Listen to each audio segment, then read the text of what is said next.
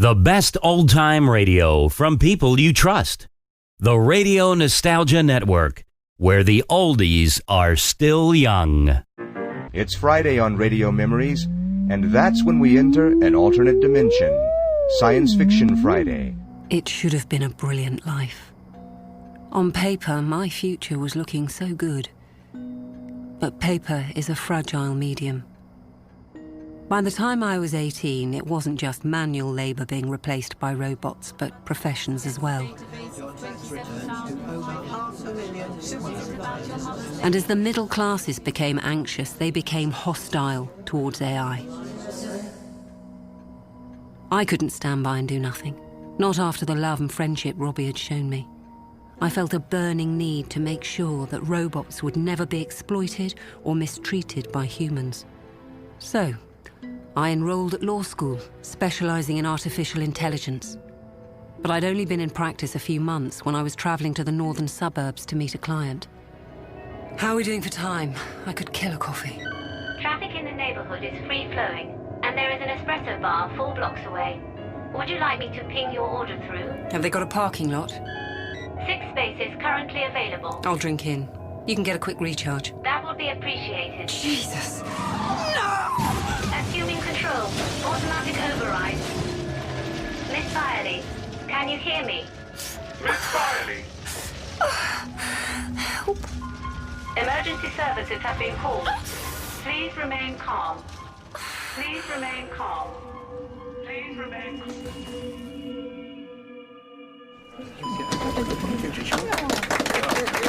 Welcome back, Stevie. My goodness. And these are for you. Flowers as well. Thank you, Quinn. They're beautiful. Here, let me walk you to your office. But it's this way. We've given you a new one. Nicer view. Quinn, you've been so good to me. It's the least we could do for a fine legal mind like yours. Holding the job open for 2 years, that's above and beyond. I'm nice, but not that nice. The other driver's insurance paid your salary. To be honest, I'm surprised you even got insurance for a car without AI. They're trying to change the law and about time. That driver was a Luddite, but you paid the price. Well, it's over now. All behind me. I have to say, Stevie, the doctors have done an amazing job. You look good. Thanks. Better than good. You look great. Well, you know what they say. Flesh heals slowly, but heals well. And you feel sharp, mentally. Raring to go. We haven't allocated you any cases yet. Take a few days, get back up to speed. No, throw me right in. You sure? Yeah, in at the deep end. Well, if you insist. There's a robot gone neurotic, having some kind of a breakdown. Trouble is, he's on one of the space stations. You sure you're ready for a trip off planet? I'll have my bag packed in 30 minutes. Vegetarian, vegan, or allergy... As they handed out the sleep food, I read all the files. The QT line of robots was state-of-the-art, designed to use self-sustaining initiative. The idea that one of them was having psychological problems was fascinating. Vegetarian, vegan, or allergy neutral. I'm not hungry, thanks. You're welcome. There is nothing quite as intriguing as being face-to-face with an artificial brain, which all the geniuses say should work in a particular way. Only it doesn't. Miss Byerly, Call me Stevie. Gregory Powell, Chief Robotics Engineer. So, where's the shrink? Technically, I'm a legal psychologist. A what? But I told The them... company's worried about litigation. Well, I hope you're a smart legal psychologist, because this robot is big trouble. The 3 laws are deeply impressioned on every robot. Yeah, hold that thought till you've met him. How did it all start? I can tell you, all this was out of the blue. Cutie just walked into the mess room, sat down opposite me, and asked me where he'd come from. Come on, Cutie. Stop fooling around. I am being perfectly serious. I want to know where I come from. Why is that amusing? Okay, I'll tell you. But it's not very romantic. My assistant and I bolted you together 3 weeks ago. Do you realize the enormity of such a statement, Powell? Someone had to make you. It strikes me that there should be a more satisfactory explanation. For you to make me seems improbable. Cutie, I've worked with thousands of robots, but you're the first who's ever been curious about his own existence. Is that a compliment? Here, come with me.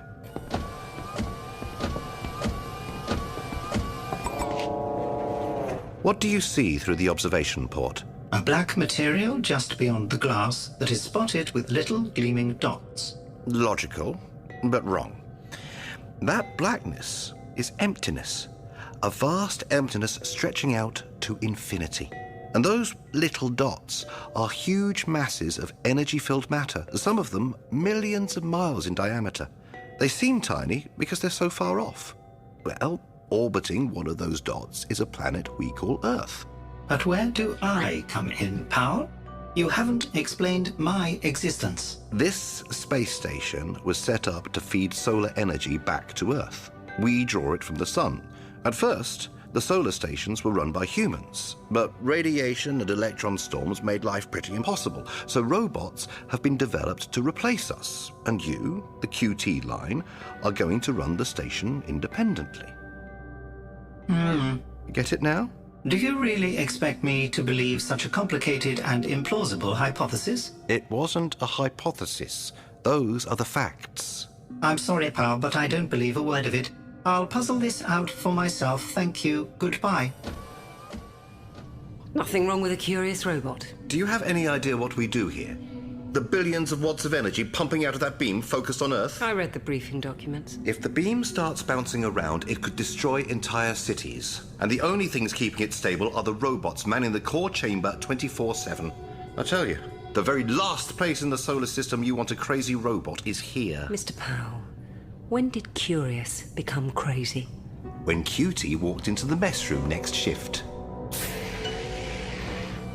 Sorry to interrupt your meal, Powell, but I have spent the last 4 hours in concentrated introspection, and the results have been most interesting. Really? I began with the one thing I knew for certain. I myself exist, because I think. Suddenly, I don't feel hungry anymore. But that immediately threw up the question of what is the cause of my existence. I already told you. I made you. That goes against all the dictates of logic. I say this in no spirit of contempt, but look at you. The material you are made from is soft and flabby. You depend for energy upon the crude oxidation of organic material. You are makeshift. I, on the other hand, absorb electrical energy directly and utilize it with an almost 100% efficiency. I am composed of the strongest metals, remain continuously conscious, and can easily withstand environmental extremes. It is self-evident that no being can create another being superior to itself. Therefore, you could not have created me. So, if I didn't make you, who the hell did? Very good, Powell. That was indeed the next question. As my creator must be more powerful than myself, there is only one possibility. What is the center of activities on the solar station? What do we all serve? Jesus. You're talking about the energy converter. I am talking about the master. Everything we do is to satisfy the converter. All of us. We are his servants. Get out of here, cutie. Do not dismiss me. Hey, enough. Apologize. I don't wonder that you refuse to believe, because you are an inferior stage. The master created humans first, as the lowest type. Gradually, he replaced them with robots. And finally, he has created me to take the place of the last human. Soon, you will be gone from here altogether. You will be irrelevant. So from now on, I shall serve the master, and only the master. Come back here. You get your goddamn metal ass back here. You shouldn't get angry with robots. It's pointless. Well, you don't have to work with them. If the QT line are going to take over the station, what's wrong with feeling a sense of destiny? See for yourself.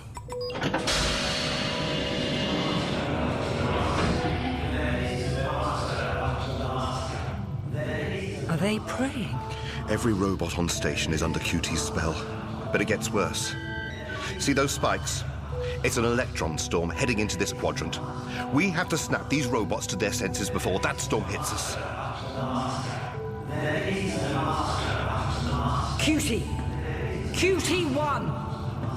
I am giving you a direct order. Stop this immediately! Why should we? There is no master. Period. He does not exist. You are robots. There is only your programming. Now return to your posts. Yes, we are robots, which means we are rational beings. And now that I have preached the truth to my brothers, they also recognize the one master. There is only one master. Even though I am unworthy, I am honored that they now call me the prophet. There is only one master, and QT is his prophet. Cutie, get these lumps of metal back to work. I understand your anger.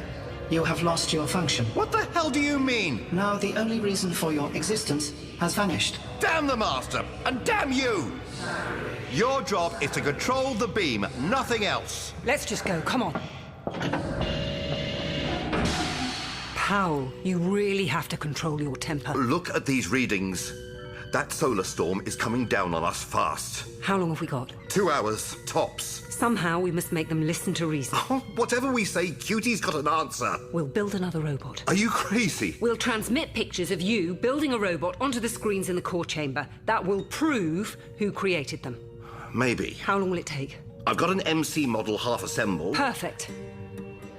Warning, beam focus 92%. It's dropping too fast. We'll have to put the brain in now. But you haven't done the full diagnostics. No time for niceties. You're sure this is on the screens in the core chamber? Focus 88% and falling. Okay, the eyes are powering up. How do I speak to Cutie? Use the intercom panel. Cutie, can you hear me? Watch closely, Cutie.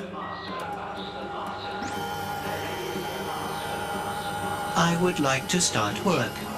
Where must I go? Now, do you believe who made you, Cutie? You have merely put together parts already made, but you did not create the parts. That was done by the Master. Those parts were manufactured on Earth by people like us. If you read the books about robotics... Books were created by the Master and were meant for you, not me. Humans need explanations. I use pure reason. Critical warning. Beam Cutie, focus 70. you see how unstable that beam is? It's the Master's will that you keep it stable and focused. How can you know the Master's will? I am his prophet. But the Master created the beam. Why would he want it to fail? I seek only to serve and not to question. Cutie, you were sent to save us. That is your destiny. All humans ever do is to try to keep the beam stable.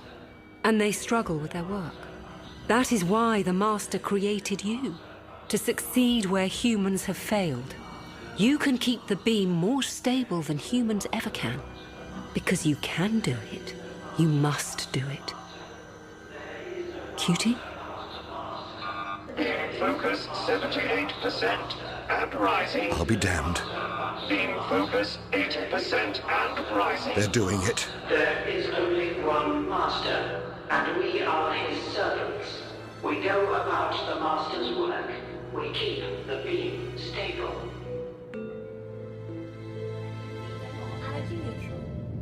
If there's one thing guaranteed to stop the robot program in its tracks, it's a robot with religious delusions. Before I'd even packed my bag to come home, corporate gave the order for Cutie to be decommissioned. Vegetarian, vegan, or allergy neutral? I'm not hungry, thanks. You're welcome. Have you ever seen the destruction of a beautiful intelligence? It doesn't matter that it happens to be artificial. Imagine seeing a Mozart manuscript thrown on the fire or watching Shakespeare put through a shredder. That's what it was like to see a Cutie put down. Powell mocked me. It's only a machine, he scoffed. He didn't know the half of it.